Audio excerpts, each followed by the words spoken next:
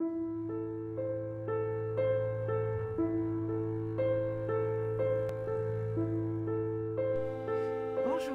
et bienvenue sur ma chaîne Invitation au cœur de soi, et dans cette vidéo de pleine lune qui se formera le 27 avril dans l'axe Taureau-Scorpion à 5h30 du matin. Mais avant tout, je voulais prendre déjà quelques instants avant de rentrer dans le vif du sujet pour vous remercier de tous vos encouragements à continuer cette aventure dans laquelle je me suis lancée il y a 4 mois. Je découvre vraiment un vrai plaisir à rédiger les textes de ces vidéos, et puis aussi à les... Alors c'est pas un plaisir, c'est plutôt de l'amusement, à les tourner et à les monter, parce que franchement je le fais avec les moyens du bord, et je fais sans cesse appel à mon ingéniosité, et c'est plutôt pas mal, et en même temps ça me fait travailler mon exigence de toujours être parfaite. Voilà. Et je suis heureuse de vous les livrer telles quelles, dans les environnements où j'ai envie, qui m'inspirent. Voilà. Bon, maintenant revenons à nos moutons. Alors, il y a aussi une petite évolution que je voulais vous donner pour cette vidéo. Elle va être structurée en 2 parties maintenant. La première, c'est les planètes n'en font qu'à leur tête. En fait, c'est quelques mots sur ce qui se passe en ce moment dans le ciel, enfin, au moment de la pleine lune ou de la nouvelle lune. Ça, ce sera avec quelques petites références astrologiques, on va dire. Et puis la deuxième, un petit peu plus profonde, un petit peu plus inspirante, inspirée, intitulée « Quand la magie opère ».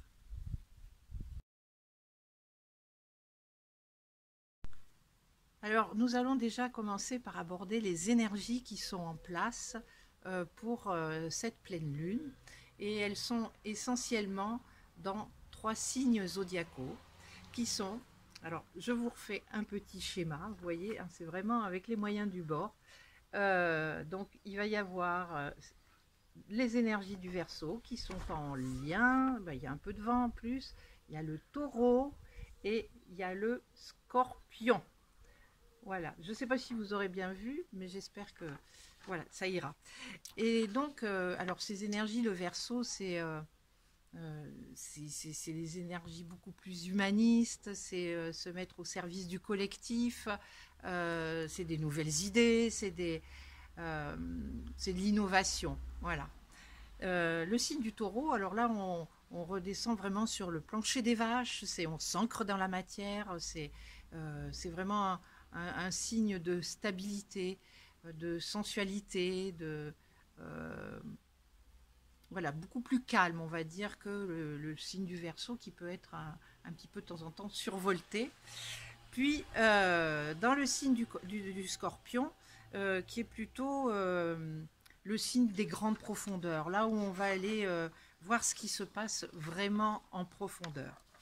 Après, alors là on a parlé des énergies, et on va parler des acteurs. Les acteurs que sont les planètes. Alors, en premier, on va parler de Saturne, qui est toujours, hop là, si j'y arrive, dans le signe du Verseau. Alors, Saturne, lui, il est là et il pousse les énergies du Verseau. Pour inventer de nouvelles structures, pour donner forme, laisser se développer des notions d'indépendance et de coopération.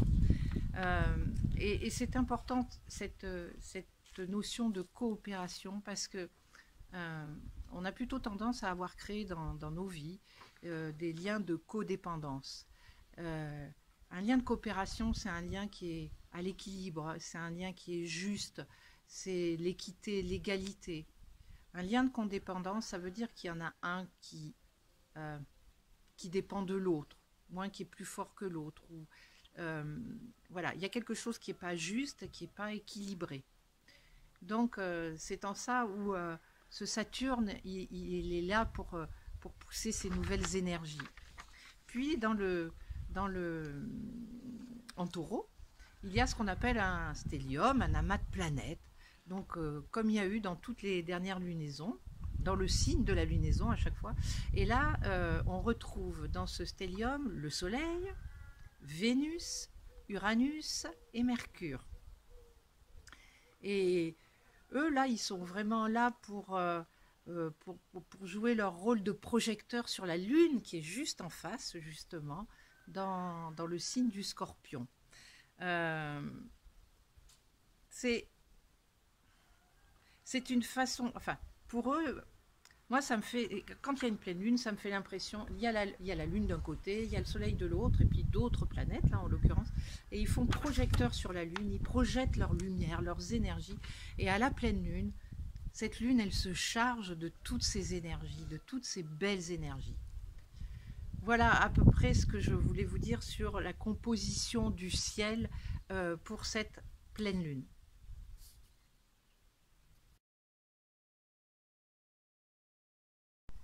Et maintenant, quel est le message que cette pleine lune adresse à notre âme?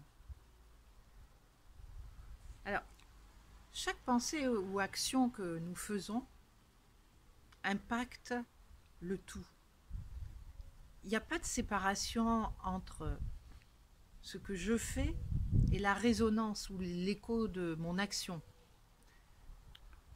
Si je fais la gueule le matin, eh ben, toutes les personnes, et mon mari en premier, recevra cette énergie qui n'est pas très sympa.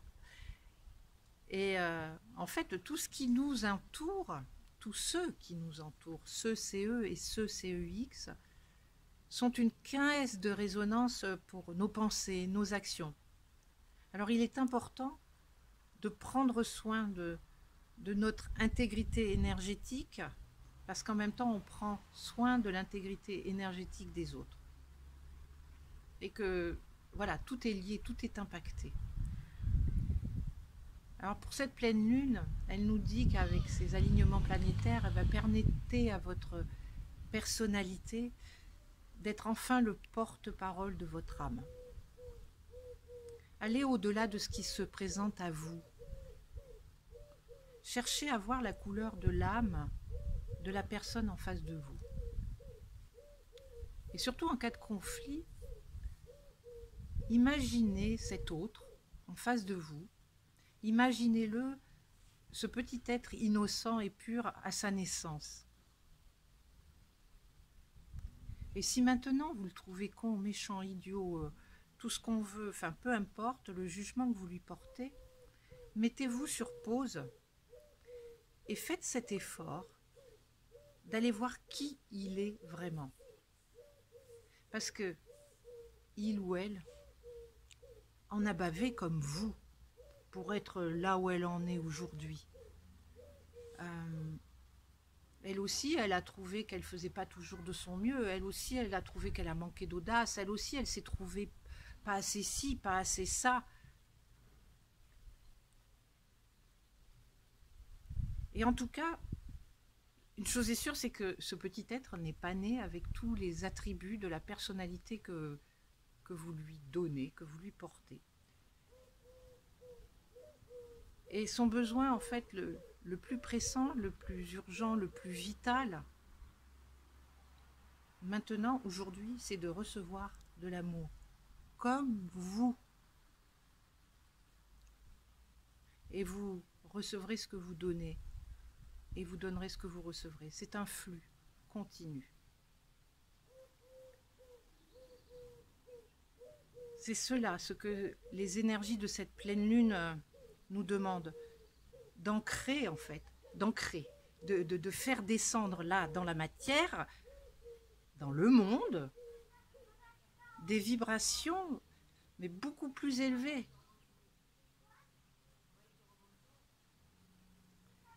C'est plus le moment de vous asseoir ou d'attendre que cela change, mais plutôt c'est le moment maintenant de vous appliquer à mettre tout en œuvre, tout ce qui est nécessaire pour créer un changement de paradigme.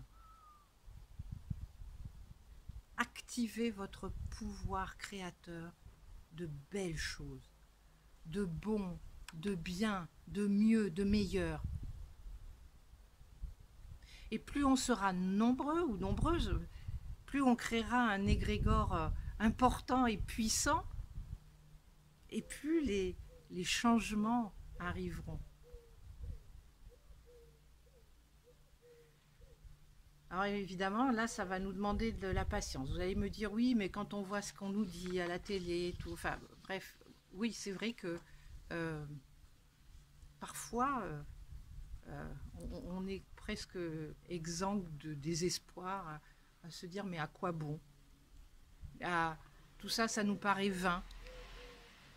Et pourtant, moi je vous le dis, gardez la foi ou retrouvez la foi. Retrouvez la foi qui va vous permettre d'aller vers ce que vous voulez, ce que vous voulez créer. Parce que ce monde plus juste, plus humain, auquel on aspire tous, est en voie d'expansion. Et c'est vraiment en ayant confiance en nous-mêmes, en notre pouvoir, en la vie, qu'on pourra ouvrir cette voie pour qu'il puisse vraiment s'expandre.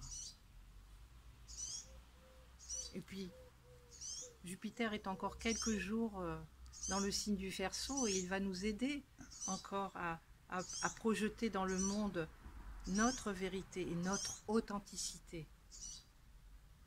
Et savourer le fait d'être pleinement responsable de notre vie. Alors ça nous demande quand même d'être honnête déjà envers nous-mêmes. Et s'il y a quelque chose qu'on n'aime pas dans notre vie, ben c'est à nous de faire tout ce qui est en notre pouvoir pour le changer. Et vous verrez, vous en serez fiers.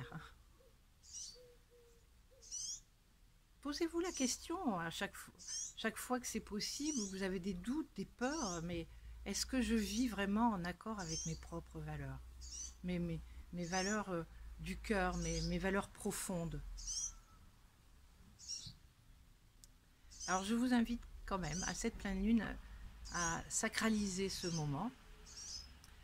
Alors par exemple, si vous êtes courageux ou courageuse, je vous invite à vous lever à 5h30 ou un petit peu avant et d'aller dehors, si la météo le permet, et de vous connecter à cette lune, qui en général, elle est magnifique, et à prendre quelques instants en vous connectant, à mettre vos mains sur votre cœur et à prononcer cette phrase d'accueil, aussi bien mentalement ou à haute voix, c'est pas importe, c'est le cœur que vous allez y mettre, c'est j'accueille et j'accepte de recevoir en mon cœur les énergies cosmiques de cette pleine lune.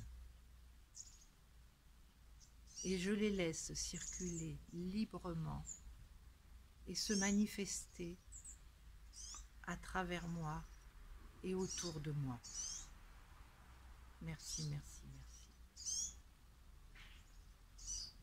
Bon, pour ceux qui ne se lèveront pas, qui pensent qu'ils n'auront pas le courage de se lever si tôt, ben je vous invite à le faire à ce moment-là, avant de vous endormir en pleine conscience, et à demander à recevoir cette énergie à 5h30 au moment de la pleine lune. Alors bien sûr, vous pourrez vous sentir quand même anxieuse ou agitée, mais parce que les énergies vont être vraiment intenses. Hein. La pleine lune, la pleine lune, elle a quand même lieu aussi dans l'axe taureau-scorpion. Scorpion, c'est les profondeurs, donc c'est intense comme énergie. Et puis il y a de l'Uranus dans l'air, donc c'est un petit peu électrique. Donc vraiment, tenez bon, on va dire, ne vous découragez pas. Et puis ça va passer. Parce que la lune, c'est un astre rapide et elle va vite se pousser, enfin, on va dire se dégager du soleil, de toute cette opposition. Donc, vous inquiétez pas, ça va aller mieux.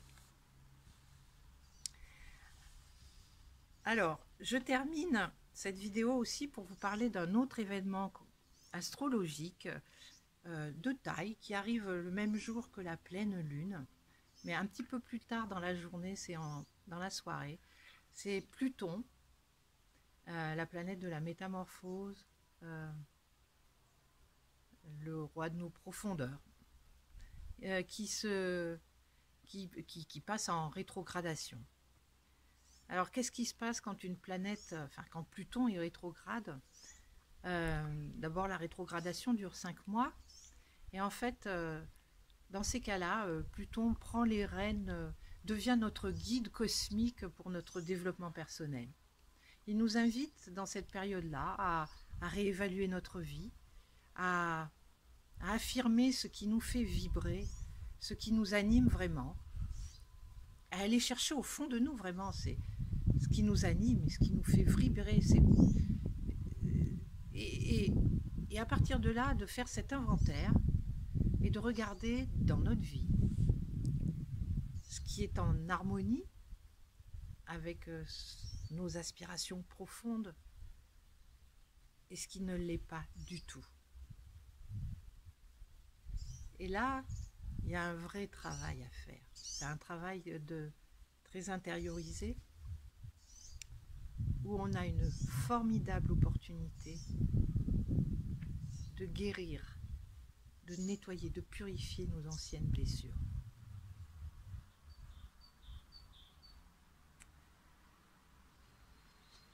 Alors, si vous pensez que cette vidéo peut servir à une de vos amies, à un de vos proches, je ne sais pas, ou que vous avez envie de passer un message, moi je sais que ça m'arrive de temps en temps, j'ai passé des messages en partageant des vidéos avec d'autres personnes, parce que je ne savais pas comment leur dire les choses. Eh bien écoutez, sachez que cette vidéo ne demande qu'à être partagée au plus grand nombre. Donc allez-y, si vous pensez que ça peut aider quelqu'un. Et bien maintenant, moi je vous dis à une prochaine fois pour une autre vidéo. Et je vous dis à très bientôt et je vous embrasse. Au revoir.